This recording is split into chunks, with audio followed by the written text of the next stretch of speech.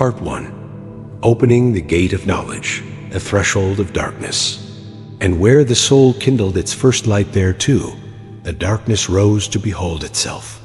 A faded inscription on nephrite, dating back to Egypt's Middle Kingdom, and now housed in the Cairo Museum, depicts the god Thoth, deity of knowledge, standing beside a stone gate. In his hand is a staff shaped like a serpent's head, and beneath him a line is etched.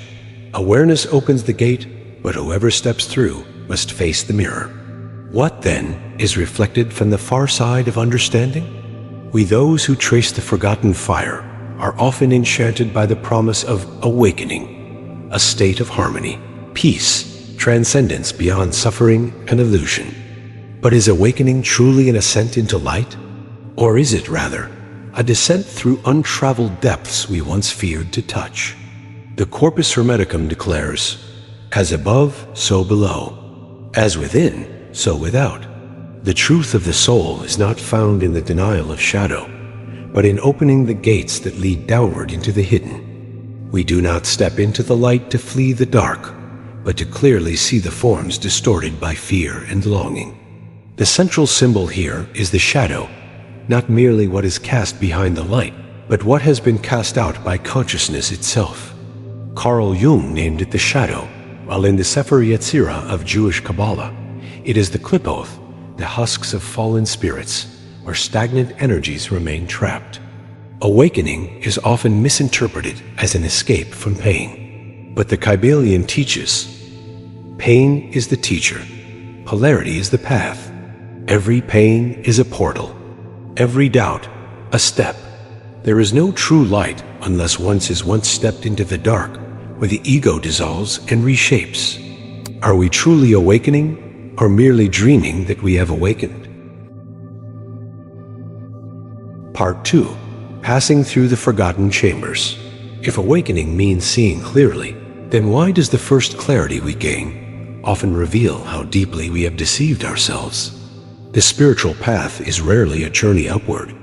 It is more accurately a descent into forgotten chambers of the self, long sealed by fear and adorned with masks of light. What we call progress may, in fact, be a return and excavation of ancient knowledge buried beneath layers of cultural conditioning and personal illusion. To awaken is not to rise, but to remember. From the Egyptian Book of the Dead, the soul must confess every hidden truth before passing into the field of reeds. In the Upanishads, true wisdom is not gained through addition, but through subtraction, the neti-neti principle. Not this, not that. The Gnostics speak of the pleroma not as something attained, but as something re-unveiled once the false demiurge of ego is confronted. Even in Mayan cosmology, the underworld Xibalba is not a place of punishment but of trials, where the self is stripped bare and reborn. This universal recurrence across civilizations suggests that the deeper we go into the unknown self, the closer we come to something timeless. But here lies the paradox. What if enlightenment is not the discovery of divine perfection, but the full acceptance of human imperfection? What if God is not above, but within the cracks? Each chamber we will now enter is not a step forward, but a step inward through illusions, through longing, through shame, through mirrors. This is not a guided tour of ancient metaphysics. This is an invitation to unseal the vaults of your own being. And remember, doors do not open outwards in the soul. They open in. Chamber 1. The Mirror of Shadow. The self we refuse to see. What if the parts of ourselves we most reject are the very keys to who we truly are? In this chamber, no veil is lifted by force. Instead, a mirror is revealed. Not one that flatters, nor one that distorts, but one that reflects what we hide. And it asks a question that reverberates through the bones of every seeker. If your deepest fear about yourself is true, what then? The idea that awakening is a linear rise toward the light is a modern illusion. True awakening is not a revelation of perfection. It is an unveiling of the hidden. The first barrier is not ignorance, but refusal. Refusal to look. refusal to accept, refusal to admit that what we judge in others may live quietly inside ourselves. Carl Jung coined the term shadow to describe the parts of the psyche that are repressed or denied traits that the conscious mind deems unacceptable. But this concept was not new. In ancient Egypt, the Ka and Ba were seen as dual aspects of the soul. The Ba, the individual's personality, could not ascend unless it was reconciled with the Ka, the energetic double which often held the darker primal impulses. The weighing of the heart ceremony depicted in the Book of the Dead was not only a moral test, but a metaphysical balancing between what was shown and what was hidden. The Greeks held a similar understanding. In the Eleusinian mysteries, initiates underwent symbolic death not to escape the world, but to confront their inner fragmentation. The Gnostics taught that the material world, though flawed, was not evil in itself, but became a prison when misunderstood. To them, salvation came not from fleeing the world, but from gnosis deep, embodied knowing of the divine spark buried beneath the illusion. Why, across civilizations, does the spiritual journey begin with the confrontation of shadow? Because denial is the root of separation. When we deny parts of ourselves, we split the psyche. We create a war between the persona and the shadow, between what is shown and what is suppressed. And as long as that war continues, peace remains impossible. Modern psychology confirms this ancient insight.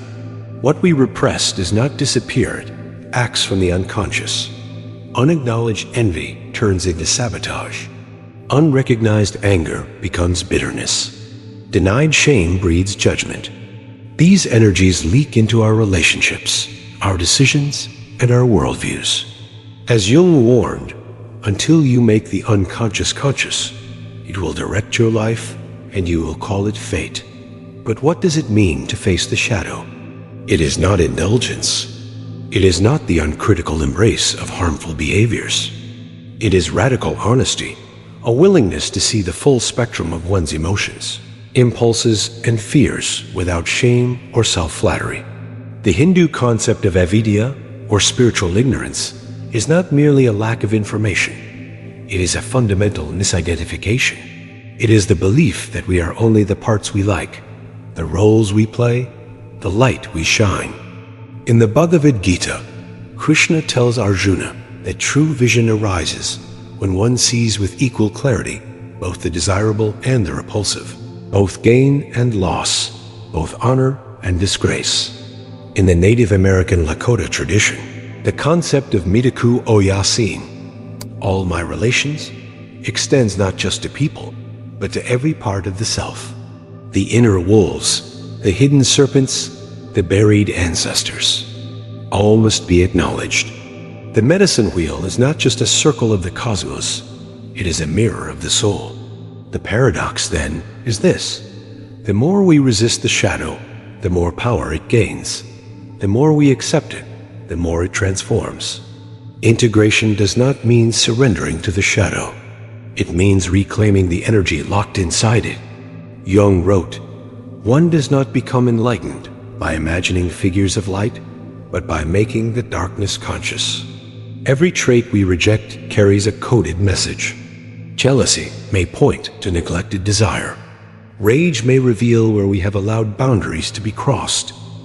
Arrogance may hide unhealed wounds of inferiority. The shadow is not an enemy, it is a messenger. And the mirror in this chamber, it does not speak. It waits. It waits for you to see, not what others think of you, not what you want to be, but what you have refused to hold. The moment you stop turning away, it begins to shift. The distortion begins to clear. The figure in the mirror is not your darkness. It is your wholeness, waiting to be remembered. Not belief, but presence. Not ascension, but descent. Not escape, but return. Chamber 2, the snare of light. When the ego wears enlightenment, if the ego can survive death, trauma, and despair, what makes us think it would not survive enlightenment? This chamber does not begin in darkness. It begins in brilliance.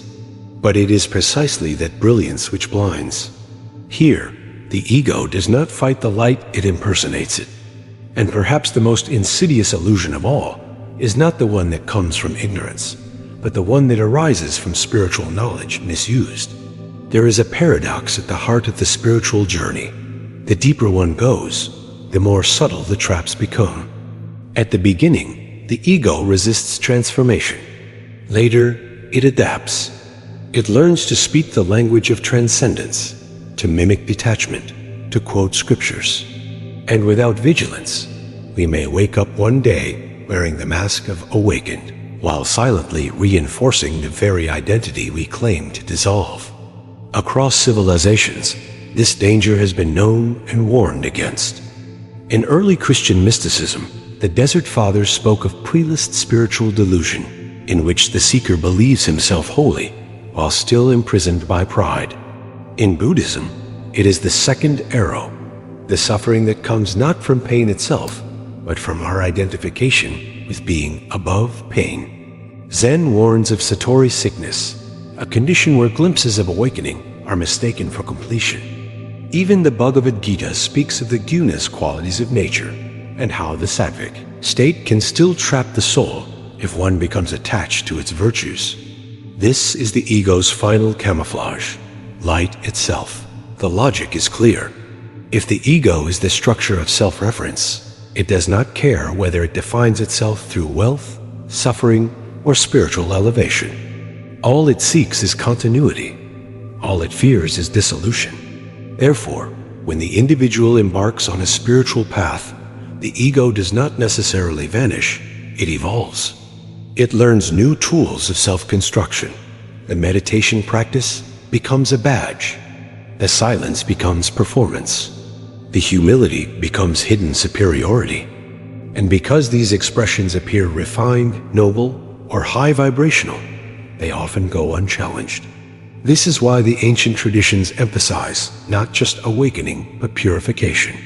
In Hermetic alchemy, the final phase is coagula, but it must follow solve, dissolve. The lead of ego must be separated before the gold of spirit can stabilize. In the Eleusinian mysteries, the initiates were stripped of all titles and identity before entering the inner sanctuary. The stripping was not symbolic, it was necessary. Even in the mystical Sufi path, the seeker passes through fana, the annihilation of self before reaching baka, the state of divine subsistence. The order is not optional. The self must die before truth can live.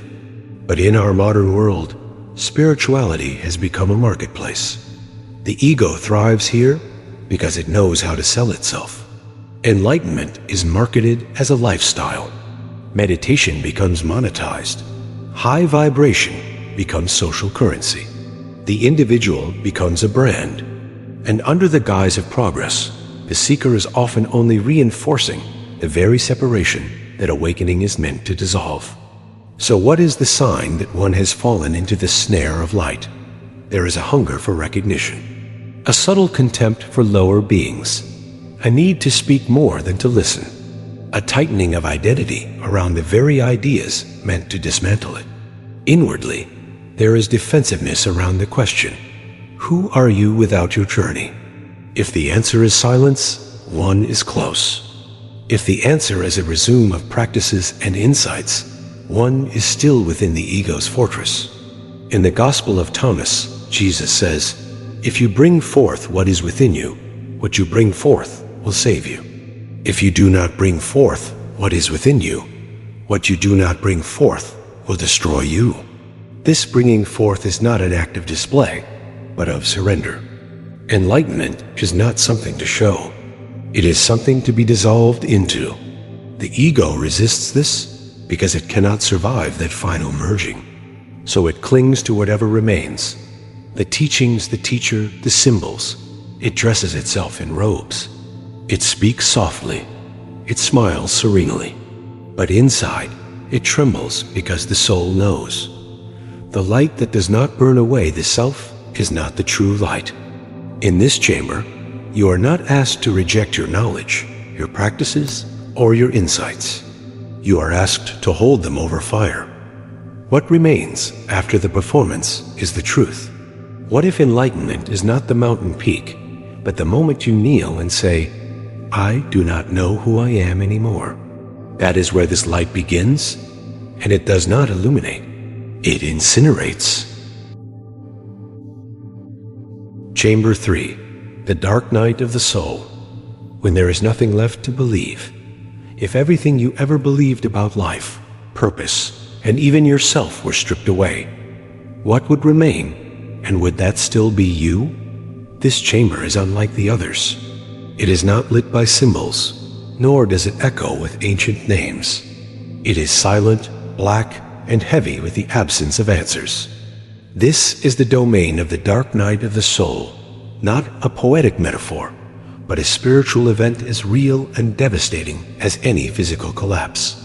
It is the moment when not only the world loses meaning, but yourself does too. The term dark night of the soul originates from St. John of the Cross, a 16th century Spanish mystic who wrote of a soul plunged into spiritual desolation, where God seemed absent and the self seemed lost.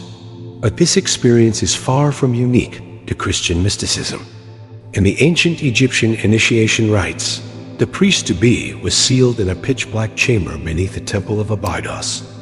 No sound, no light, no guidance. Only when the inner flame was kindled from within, without reliance on external symbols, was the initiate allowed to return. In this darkness, it was not belief that saved him, but direct confrontation with the void. In the Tibetan Bardo Thodol, or Book of the Dead, the soul traverses intermediate states after death, encountering terrifying projections, losing familiar identities, and eventually dissolving into radiant emptiness. These teachings do not offer comfort. They demand courage. The soul cannot cross unless it surrenders all certainty. This is the central paradox. In order to awaken, one must pass through the complete death of belief. Not belief in others, but belief in the stories we tell ourselves to make existence tolerable. The psychological framework of ego cannot withstand this stage, and it should not. The ego survives on patterns, on explanations, attachments, narratives. The dark night erases them all. The job, the relationship, the spiritual practice, even the identity as a seeker, none of it consoles. Everything once seen as sacred feels hollow. You are no longer climbing. You are falling. But falling where? Here, logic steps in not to comfort, but to clarify. If every construct is impermanent, then no construct can be absolute. This includes not only societal structures, but also inner structures, hopes, dreams, moral frameworks, even the idea of meaning itself. Existential philosophers from Kierkegaard to Camus have echoed this void. Meaning, they suggest, is not inherited. It must be forged often in the fire of despair. Native American vision quests speak of isolation in wilderness, not as punishment, but as revelation. Alone in the dark, without food, water, or direction, the individual must face not nature, but the stripped self. What arises from that encounter is not belief, it is knowing. And what is known? That silence does not kill, that loss does not end you, that absence is not the enemy. Rather, what truly harms is the refusal to enter this chamber at all. Gnostic texts warn of archons, forces of illusion that keep the soul asleep. But they also teach of kenema, emptiness, as a necessary gateway. In the dialogue of the Savior, the disciples ask, "When shall we rest?" And the teacher replies, "When you no longer believe in rest." The dark night is not an obstacle. It is the threshold. The danger lies in mistaking this collapse for failure. Many turn back here, seeking to reclaim old truths or chase new ones. But nothing will hold, not yet, because what is being destroyed is not your life, but the scaffolding around your soul. The darkness is not trying to punish you, it is trying to unmask you. Modern spiritual communities often skip this part. It does not sell. It cannot be packaged. But every mystic, saint, shaman, and prophet has passed through it. Jesus in Gethsemane, Buddha under the Bodhi tree, tempted by Mara, Muhammad in the cave of Hira, trembling before the first revelation. These are not romantic moments, they are annihilations.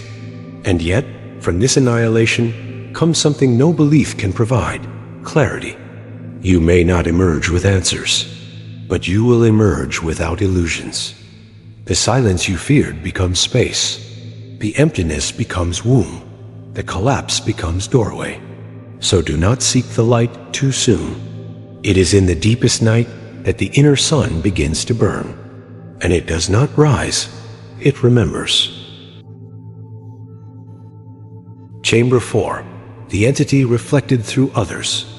Mirrors with beating hearts. What if every person you meet is not just a relationship, but a revelation of the self you have not yet recognized? In this chamber, the walls do not speak. The eyes of others do. You walk through a corridor of reflections, not glass, but living mirrors. Each gaze, each reaction, each moment of tension or attraction becomes a lens through which your hidden self peers back. The truth here is not whispered by sacred text, it is shouted by your interactions.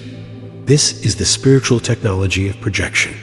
Across cultures and epochs, wisdom traditions have understood that our relationships are not separate from the spiritual path.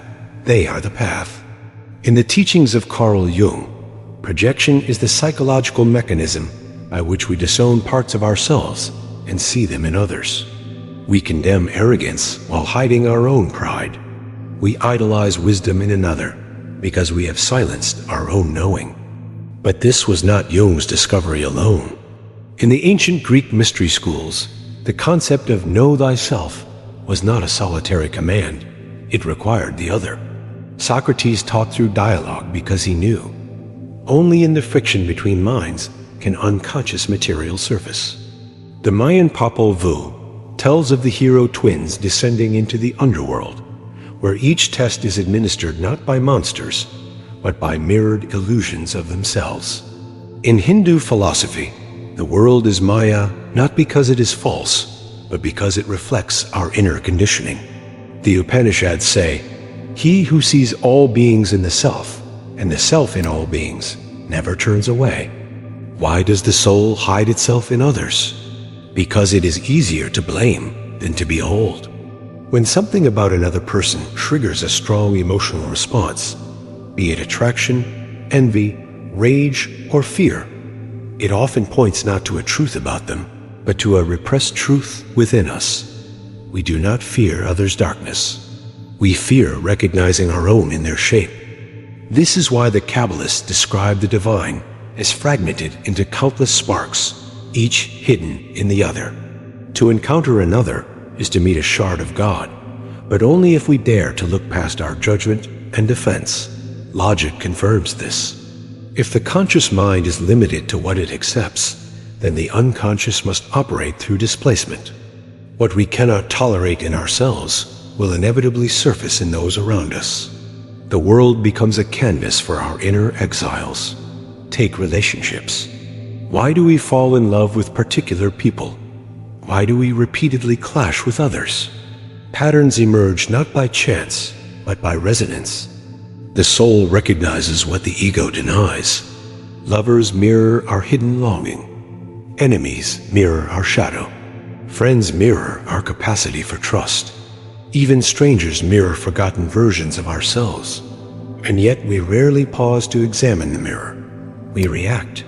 We withdraw. We judge. We seek others to fulfill needs we refuse to confront within. But the spiritual invitation is different. It asks, what does this moment reveal about you?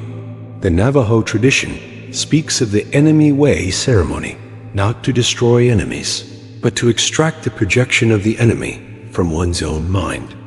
Similarly, Buddhist metta-meditation is not about forcing kindness, but dissolving the illusion of separateness that leads to judgment. In Gnostic texts like the Gospel of Mary, healing comes not from ascension, but from reconciliation with the fragmented self and with others who carry its pieces. The Savior does not give answers, but poses questions that force the disciple to confront her projections. To live in this chamber is not to retreat from others, but to engage with radical awareness. Every glance becomes a glyph, every interaction a scripture. This is not metaphor, this is alchemical reality. The self is transmuted through recognition. But beware, the ego resists this fiercely. It prefers to be the observer, not the observed. It wants to analyze, not reflect. It creates stories about who is right, who is wrong, who is to blame. But these stories are distractions. They delay the deeper question. Why did this moment touch me so deeply? Only then does the work begin. To integrate the self, you must listen to the echoes coming from those around you, not to be ruled by them, not to please them, but to remember, every being you meet carries a thread of the fabric you forgot you are woven from. They are not obstacles. They are oracles, not others, but mirrors with beating hearts. Chamber 5, the ego, prison keeper and door knocker. If the ego is the voice calling you to awaken, then who locked the door in the first place? This is the chamber of paradox, the place where the jailer and the liberator speak with the same voice. The ego, long regarded as the enemy of spiritual awakening, is not simply a blockade to transcend. It is also the very force that tries to search for something beyond itself. It knocks on the gate of the soul while gripping the keys to its own confinement.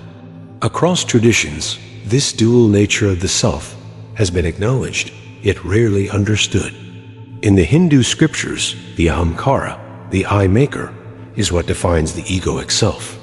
It is necessary for survival and distinction, but it becomes dangerous when mistaken for the whole. In the Bhagavad Gita, Krishna tells Arjuna that the self who acts without attachment to self is the true warrior. In other words, the ego must act but not claim. It must serve but not rule. In ancient Egyptian metaphysics, the ego was not demonized. Rather, it was one part of the complex soul structure, alongside the Ka, Ba, Ib, and Shoit. Each had a function, but only in balance could the soul journey beyond death. The Shoit, or shadow, represented reputation and self-image. To be trapped in it was to be bound to the material, but to master was to pass through the gates of Aru. Why then do we treat the ego as the villain? Because it resists death, and every threshold in the spiritual path requires some kind of death, of narrative, of identity, of certainty. The ego clings because it believes it is you. Its fear is not irrational, it is existential. When you begin to loosen your identity from its grip, it responds with defense, through fear, anger, control, and self-preservation disguised as growth. Yet here is the twist. The ego also drives transformation. It is the one that asks the questions.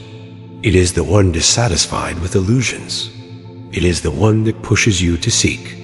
The mystics knew this.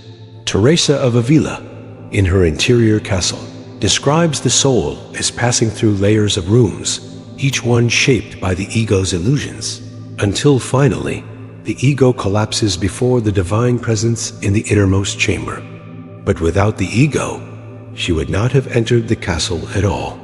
Logically, this means the ego is not a problem to eliminate, but a force to integrate and transcend. You cannot kill the ego by hating it, that only feeds it. You must see it, understand its structure, and dismantle its illusions, brick by brick. The Buddhist path calls this right view. The understanding that clinging is the root of suffering, but also that clinging arises from misunderstanding the nature of the self. The self is not a fixed object, it is a process, a stream. When we freeze it through identity, achievement, trauma, we create ego walls. The walls protect, but they also imprison. The Sufis teach this through the image of the nafs, or lower self. At its lowest stage, the nafs is the commanding self driven by desire and fear. But as it is purified, it becomes the peaceful self, The transformation is not violent, it is devotional. Rumi writes, "Try not to resist the changes that come your way. Instead, let life live through you." In psychological terms, the ego's role is adaptive. It is the structure that allows us to function in the world. But when the structure becomes the identity, it ossifies, and awakening becomes impossible, not because of darkness, but because of rigidity. This chamber is not about defeating the ego. It is about disarming its illusions. To do that, one must ask, who am I without the story? Who am I when I stop performing, comparing, defending? If no one were watching, what remains? Silence, then presence. You will find that the ego's walls are not made of stone, but of memory. And memory can be rewritten. This is why in Gnostic cosmology, the demiurge, the false god who creates illusion, is not destroyed. He is recognized. And in that recognition, his power fades. The ego is both gatekeeper and gate. It is both mask and longing. It knocks not because it wants to stay locked in, but because it has forgotten how to step aside. The door opens inward, and sometimes it is the ego itself that turns the handle. Part 3. The final gate, where darkness ascends. What if the end of the journey is not illumination, but intimacy with the dark? This is not a conclusion. It is a crossing. And what lies beyond is not certainty, but a presence that does not explain itself. Throughout the chambers, we have peeled away identities, illusions, stories, and masks. We have seen the ego, the shadow, the projections, the collapse. But here, in the final gate, a deeper realization unfolds. Perhaps the truth was never meant to be revealed by light, but by what light refuses to touch. In many traditions, the end of the path is described not as conquest, but as surrender to mystery. The Egyptian Duat, the underworld, was not a place of punishment, but a liminal terrain between form and formlessness. Only those who walked it with open awareness could pass into Aru. In the Greek catabasis, descent was essential. Heroes did not ascend without first crossing the dead. Even Orpheus had to lose what he loved most to see clearly. In the Chandogya Upanishad, the sage Odalaka tells his son, Tat fam asi, that thou art not as conclusion, but as paradox. The self is not a thing to grasp. It is the silence after all questions have collapsed. Modern thought tends to reject darkness. It is pathologized, moralized, sanitized. But in mystic traditions, darkness is not absence, it is origin. The Kabbalists call it Ein Sof, the infinite without form, the source beyond comprehension. In Christian mysticism, it is the cloud of unknowing. The darkness is not evil. It is pre-creation. It is what existed before, let there be light. Logically, if every known must arise from the unknown, then the unknown is not a flaw, it is the root. Enlightenment, then, is not the elimination of darkness, but a capacity to hold it, to sit with it, speak to it, trust it without needing to tame it. The journey does not end in revelation. It ends in reverence. And you, who have walked these inner sanctums, are no longer just a seeker. You are now a keeper, a guardian not of dogma, but of space. You hold a torch not to banish the dark, but to remember the shapes it once carried. Perhaps the fire was never meant to illuminate. Perhaps it was meant to see.